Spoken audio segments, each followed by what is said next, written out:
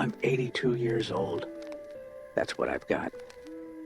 82 years of mornings, of coffees, of conversations I had and conversations I swallowed.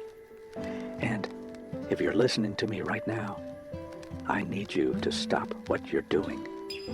I need you to give me a few minutes, because there's something you're doing right now, today, that's going to cost you more than you can imagine. And I know this because I paid that price, paid it with interest. If this kind of conversation makes sense to you, subscribe to the channel and leave a like, because maybe we can reach someone who still has time to change what I couldn't change.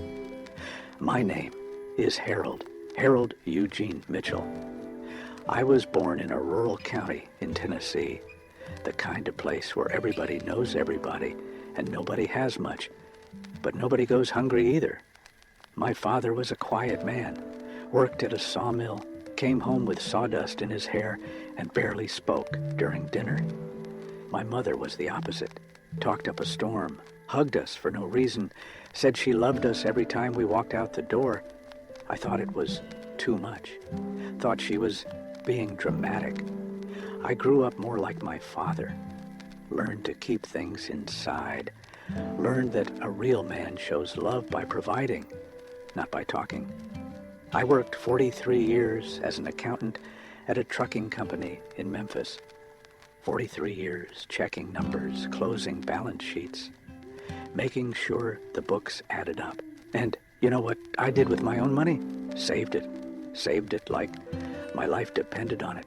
Savings account, retirement fund, life insurance, health insurance, emergency fund. I had a cushion for everything. If the roof caved in, I was prepared. If the car broke down, I was prepared.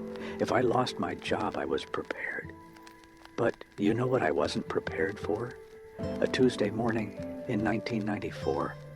My younger brother's name was Curtis, 3 years younger than me. Mechanic his whole life. Worked at a shop near our hometown, one of those places with oil-stained concrete floors and parts calendars on a wall. Curtis always had grease on his hands. I remember the smell, that smell of engine, of hard work, of a man who fixes things with his own hands. I was proud of him, but I never said it. We weren't the type to say those things. When our mother got sick, it was Curtis who took care of her. I sent money every month, thought I was doing my part, but Curtis was the one who took her to the doctor. Curtis was the one who kept her company on those empty afternoons. Curtis was the one who sat with her in that rocking chair on the porch, listening to her tell the same stories over and over. I was too busy building security, busy making sure the future was protected. And while I was protecting the future, Curtis was living the present with her. I knew I should thank him, knew I should tell him how much it meant. So one day, I sat down and wrote a letter, wrote everything, wrote that I admired him, that I was proud of the man he was, that I felt guilty for not being more present, that he was a better son than I ever was, that I loved him. I folded the letter, put it in an envelope, wrote his name on the outside, and put it in my office drawer. I was going to send it the next week. I was going to wait for the right moment. Maybe on his birthday, maybe at Christmas. There was always a better moment on the horizon. The phone rang on a Tuesday morning. It was 7:15. I was still drinking coffee in the kitchen, that yellowish morning light coming through the window. It was my sister-in-law. Curtis had had a heart attack at the shop, 51 years old. Collapsed between two cars he was fixing. By the time they got to him, he was already gone. I went to the funeral with that letter still in the drawer. Weeks later, when I finally had the courage to open that drawer again, there it was, the envelope with his name written in my handwriting. Never opened, never sent, never received. Curtis died without knowing what I felt. Died thinking I was just the distant brother who sent a check every month. And the truth is, I loved that man, loved him in a way I never managed to put into words when he could hear them. The words were there, written, ready. I was just waiting for the right moment, and the right moment never came. That was over 30 years ago, and I still have that letter. It's in the same mahogany drawer now in my house, in my bedroom. Sometimes I open it and read, and every time I read it, I think about all the people who are still alive, who can still hear, who are still waiting for words that might never come. You have someone like that. I know you do.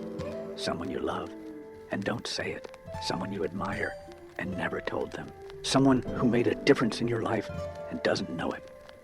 You're saving the words for the right moment. You're waiting for the perfect time. And that's the lie almost everyone believes. The lie I believed for decades. The lie that cost me a goodbye I could never give. The lie is this: pay attention. There will be time later. There will be a better moment. There will be a more appropriate time. There won't be. I guarantee you, there won't be. Time doesn't wait for you to build up courage. Time doesn't care about your plans. Time keeps moving. And one day you wake up, and the person who was supposed to receive your words isn't here anymore to hear them. You know what I discovered in these 82 years? I discovered that we die twice. The first time is when the heart stops. The second time is when the last person who remembered you forgets. But there's a third death nobody talks about. It's when you realize the people you loved died without knowing how much they mattered. That death you carry while still alive. Carry it every day. Carry it every time you open a drawer and find words that were never spoken. Where are you listening from right now? Tell me in the comments. I'm curious to know where the people come from who stopped to listen to an 82-year-old man talk about regret. Let me tell you what I learned carrying this weight. First thing, words left unsaid weigh more than words said wrong. We're so afraid of saying something stupid, of looking foolish, of being vulnerable, that we'd rather stay silent. But silence doesn't protect anyone. Silence only postpones. And when you postpone too long, it becomes too late. I would rather have told Curtis something imperfect, something clumsy, than nothing at all. At least he would have known. At least he would have heard my voice saying he mattered. Second thing, people don't read minds. Seems obvious, but it isn't. We assume the people who love us know we love them back. Assume we don't need to say it because it's evident. But it's not evident. Your love only exists for the other person if you express it. If you don't speak it, don't show it, don't demonstrate it. For the other person, that love doesn't exist. It stays locked inside you. And when you die, it dies with you. Did my mother know I loved her because I sent money? Maybe, but Curtis was there. Curtis hugged her. Curtis listened to her. And when she talked about her sons, I'm sure the name that came first was his. Not because she loved me less, but because his love was visible, present, tangible. Mine was a sealed envelope in a drawer. Third thing, pride is a thief. It steals connections using dignity as an excuse. How many times did you fail to apologize because your pride wouldn't let you? How many times did you fail to say you missed someone because it would seem like weakness? How many times did you swallow a compliment because men don't talk like that, because it doesn't look right, because I'll say it later? Pride builds a wall between you and the people you love. And you keep stacking bricks on that wall, day after day, until one day you realize you can't see who's on the other side anymore. And sometimes, when you finally decide to tear down the wall, there's no one there anymore. Fourth thing, every goodbye could be the last. Treat it that way. I know it sounds like an exaggeration. I know it sounds dramatic. But it isn't. My brother left the house on a Tuesday morning to go to work. My sister-in-law said bye from the kitchen. He said, "See you later." And that was the last time. Nobody knew. Nobody imagined. It was just another Tuesday. Except it was the last Tuesday. You don't know which goodbye is going to be the last. I didn't know. That's why every time you walk out the door, every time you hang up the phone, every time you say goodbye to someone who matters, do it right. It doesn't have to be dramatic. It doesn't have to be a scene. It just has to be true. And I love you costs nothing. A thank you for being in my life doesn't even take 10 seconds. But it could be the last thing the person hears from you. And if it is, at least it will be something worth saying. Fifth thing, and this might be the most important one. Real security isn't in bank accounts. I spent 43 years of my life building financial protections. Did everything right. Saved, invested, planned. And you know where I am now. In a room at 82 years old, with more money saved than I'll ever be able to spend, and with a list of people who already left without hearing what I should have said. Money doesn't buy time back. Money doesn't bring Curtis back. Money doesn't rewrite the conversations I never had with my father before he went. The only security that truly matters is knowing that the people you love know they are loved, that no thief can steal, that no crisis can take, that you carry with you when everything else stays behind. I have a neighbor here in the building, Miss Margaret, 87 years old. Her husband died almost 10 years ago. And you know what she told me once? She said, "Harold, the last thing I said to Robert was complaining that he left the bathroom light on again. The last thing. A silly complaint about a bathroom light." And she carries it every day. 10 years later, she still thinks about it. Not because it was serious, but because it was the last.